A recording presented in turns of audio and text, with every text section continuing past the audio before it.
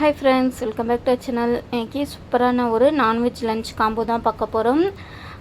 நல்லா காரசாரமான ஒரு நண்டு கிரேவியும் கொஞ்சம் டிஃப்ரெண்ட்டான ஒரு கனவா தொக்கும். இந்த கனவா வந்துட்டு ரொம்பவே டேஸ்டியாக இருக்கும். நல்லா மிளகு, சீரகம், இஞ்சி பூண்டையெல்லாம் அரைச்சி போட்டு காரசாரமாக செய்கிறது. எப்படி செய்கிறதுன்னு பார்க்கலாம். 1 டீஸ்பூன் மிளகு, 1 டீஸ்பூன் சீரகம், ஒரு டீஸ்பூன் காஷ்மீர் சில்லி, 1 டீஸ்பூன் அளவுக்கு சிக்கன் மசாலா, மல்லித்தூள், கரம் மசாலா, குழம்பு மிளகாத்தூள் மட்டும் வீட்டில் அரைச்சது 2 டீஸ்பூன், ஒரு டீஸ்பூன் அளவுக்கு சால்ட், உப்பு, ஒரு 10 பல் பூண்டு, ஒரு சின்ன துண்டு இஞ்சி, ஒரு கொத்து கருவேப்பிலை, கொஞ்சமாக புதினா மல்லி, ஒரு பெரிய வெங்காயம், ஒரு பெரிய சைஸ் தக்காளி, 10 சின்ன வெங்காயம் எல்லாத்தையும் நல்லா நைஸாக பேஸ்ட் பண்ணி எடுத்துக்கலாம். இப்போது நல்லா வாஷ் பண்ணி எடுத்து வச்சுருக்கிற கனவாவில் நம்ம ரெடி பண்ண மசாலாவை போட்டு ஊற வச்சிடலாம். கனவா வந்துட்டு உள்ளே கருப்பு கலரில் நரம்பு மாதிரி இருக்கும். அதை எடுத்துகிட்டு நல்லா க்ளீன் பண்ணிக்கணும். இப்போ மசாலாவில் போட்டு நல்லா பெரட்டி ஃப்ரீசரில் தூக்கி வச்சுருவோம் ஒரு 1/2 மணி நேரத்துக்கு. மசாலா நல்லா ஒட்டிடும்.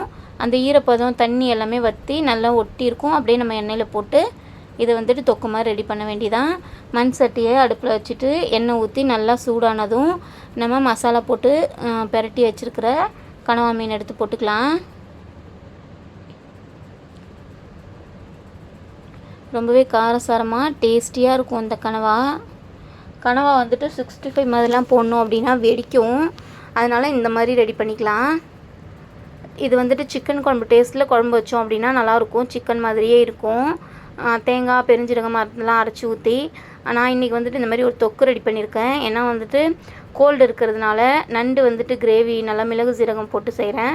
அதுக்கு சைட் டிஷ்ஷாக இந்த கனவா செமி கிரேவி மாதிரி பண்ணிட்டேன். பார்க்கவே அல்டிமேட்டாக சூப்பராக இருந்துச்சு சாப்பிட்றதுக்கும். இப்போ அதே மசாலாவில் கொஞ்சமாக எடுத்து வச்சு சின்ன சைஸ் நண்டு தான் கிடச்சிருந்துச்சு, ஒரு 10 நண்டு போல். அதுலேயும் ஊற வச்சுட்டேன்.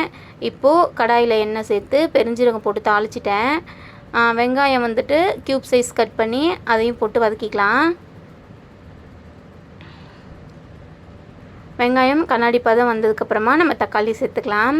தக்காளி கொஞ்சமாக கூட சேர்த்துருக்கேன், எனக்கு கிரேவி மாதிரி வேணும் அப்படின்றதுனால. வெங்காயம் தக்காளி நல்லா எண்ணெயிலேயே வதங்கட்டும். இப்போது 1 டீஸ்பூன் சால்ட், உப்பு சேர்த்துட்டேன். காஷ்மீரி சில்லி, கரம் மசாலா, மல்லித்தூள் எல்லாமே ஒரு டீஸ்பூன் அளவுக்கு சேர்த்துக்கோங்க. குழம்பு மிளகாத்தூள், வீட்டு மிளகாத்தூள் மட்டும் 2 டேபிள் ஸ்பூன் அளவுக்கு சேர்த்துக்கிறேன். நம்ம நண்டில் மிளகு சீரகம் போட்டிருக்கறதுனால காரமாக இருக்கும். அதுக்கு தகுந்த மாதிரி சேர்த்துக்கோங்க. நான் வந்துட்டு இதில் தேங்காயும் பெருஞ்சீரகமும் அரைச்சி சேர்ப்பேன். ஸோ அதுக்குனால கொஞ்சம் காரமாக போட்டிருக்கேன். நம்ம தேங்காய் போடும்போது அந்த காரம் வந்து கொஞ்சம் ஈக்குவலைஸ் ஆகிடும். இப்போ நல்லா வெங்காயம் தக்காளி கூட நண்டை போட்டு நல்லா பெரட்டி எடுத்துக்கலாம். இப்போது ஒரு 5 நிமிஷம் கழித்து ஒரு கிளாஸ் அளவுக்கு தண்ணி ஊற்றி நம்ம நல்லா கொதிக்க வைப்போம். இந்த ஸ்டேஜ்லேயே வச்சுட்டு கொதிக்க வச்சு இறக்கணும். அப்படின்னா நண்டு ரசம் மாதிரி இருக்கும்.